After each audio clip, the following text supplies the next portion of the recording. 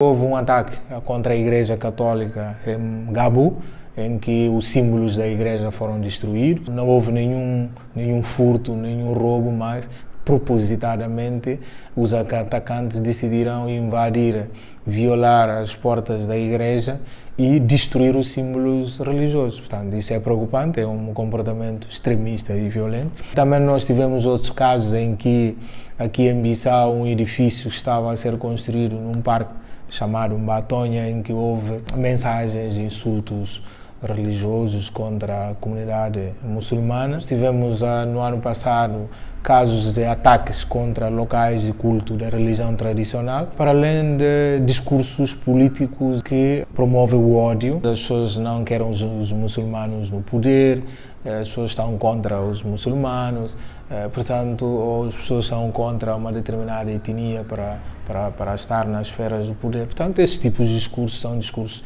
que promovem a radicalização e, consequentemente, o extremismo violento. Isso não é só religião muçulmana, também tem havido alguns ataques mútuos.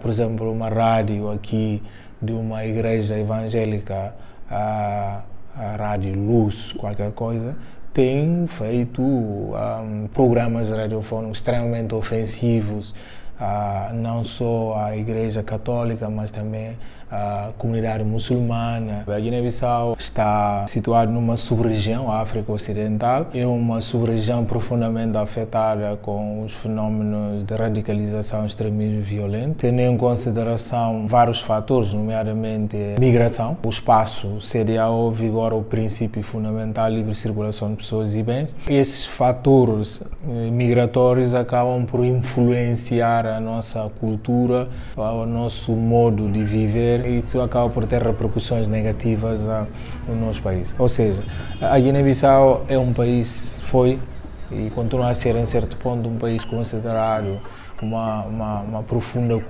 cultura de tolerância étnica, religiosa, e por conseguinte tem havido uma coabitação pacífica entre várias religiões. No entanto, nos últimos tempos, devido a esses fatores que eu já mencionei, migração, tem havido condutas, em certo ponto, radicais, casos em que as pessoas, os jovens, são recrutados aqui para treinos em alguns países da sub-região e no Médio Oriente, aprender ideologia. Aparentemente, para aprender o Alcorão, acabam por cair nas malhas de radicalização e aprender para os países como Irão, como Paquistão, os países como a Palestina, portanto, a Arábia Saudita também. Portanto, esses estudantes, quando regressam ao país, adotam comportamentos radicais que, de fato, manifestam-se contra a forma tradicional, como a religião muçulmana. Por exemplo, a Guiné-Conakry, por exemplo, as mulheres que hoje utilizam burca, o véu integral na Guiné-Bissau, que não é habitual no nosso país, são pessoas oriundas da Guiné-Conakry. E localmente também hoje há pessoas que decidiram adotar esses tipos de vestuário, de apresentação, e que de facto começa a ser algo preocupante. Portanto, há uma influência desses grupos às nossas comunidades nacionais e que está a alterar a forma de viver e de vestir das pessoas por causa desses fenómenos migratórios. Há situações, por exemplo, essas comunidades da Guiné-Conakry e outras que se recusam a tomar determinadas vacinas, por exemplo, contra a poliomielite e outras vacinas, alegando que são manobras ocidentais para tentar limitar a fertilidade e a natalidade das pessoas. Portanto, são preocupantes, para além de esses atos potenciar, não é, conflitos, violência doméstica, não é, e outras práticas que atentam contra a dignidade das mulheres. Eu diria que há uma relação entre o crescimento deste extremismo violento e a pobreza crónica aqui na Guiné-Bissau? Claramente, porque os extremistas violentos utilizam as vulnerabilidades das populações para manipulá-las e arrastá-las para para condutas violentas. Isso tem sido assim em outras paragens, em Mali, em Burkina Faso, em Nigéria. As comunidades que não têm perspectivas de futuro risonho remotas ou escassas, e em que o governo tem falhado em políticas públicas, possam reduzir a extrema pobreza, e eles aproveitam essas vulnerabilidades para manipular e, sobretudo, recrutar jovens para enganá-las e conduzi-las a esses comportamentos violentos. Quem se radicaliza aqui pode, um dia para o outro, ter capacidades e meios para se deslocar ao estrangeiro ou viver na Europa ou qualquer parte do mundo. Daí que este é um fenómeno que deve ser combatido por todos. Não só quem sente na pele as suas consequências, mas quem está a viver noutras paragens, porque um dia para o outro pode chegar lá. Os guineenses que estão radicados em alguns países também têm esse fenómeno. Não é, a sua propagação não é exclusiva, as pessoas vivem aqui. Também há algumas pessoas lá fora que utilizam as redes sociais para propagar discursos de intolerância religiosa, discursos de radicalização.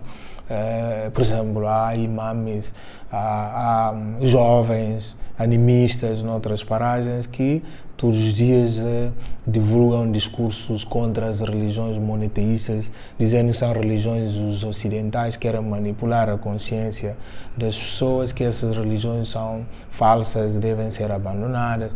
E há, por exemplo, um imame, por exemplo, radicado em Alemanha, que de vez em quando vai proferindo discursos que, em certo ponto, atenta contra a nossa coesão nacional, que não se pode dizer Feliz Natal a um cristão, não se pode comer a comida do Natal, etc. Portanto, esses discursos acabam por trazer reações de outra parte, as pessoas que professam da confissão cristã e que atacam violentamente, não propriamente a pessoa, mas a própria religião muçulmana. Portanto, são de fato questões que nos preocupam e é por isso que nós temos a sensibilizar as pessoas para abandonar esse tipo de discurso. Bom, nós temos feito a prevenção em várias dimensões. Numa primeira dimensão, o reforço da capacidade de vários atores, as organizações de sociedade civil, as mulheres, jovens, os funcionários públicos, as forças de defesa e segurança, os líderes religiosos, sobre a radicalização, quais são os sinais para detectar a radicalização, extremismo violento e como fazer face a isso. Também nós temos desencadeado campanhas de sensibilização através dos Jumbais. Jumbais são contatos interativos nas comunidades para fazer uma abordagem holística de direitos, cidadania, cultura da paz, introduzindo esse fenómeno nesse aspecto. E, por outro lado, nós temos a produzir também documentos de conhecimento sobre radicalização e extremismo violento. Nós fizemos um estudo aprofundado sobre essa matéria. Há bem pouco tempo publicamos um policy paper que foi desenvolvido por Chatham House, que fez uma análise sobre esse fenómeno na sua região e como é que pode afetar a Guiné-Bissau. Portanto, são essas várias dimensões do nosso trabalho de prevenção desse fenómeno.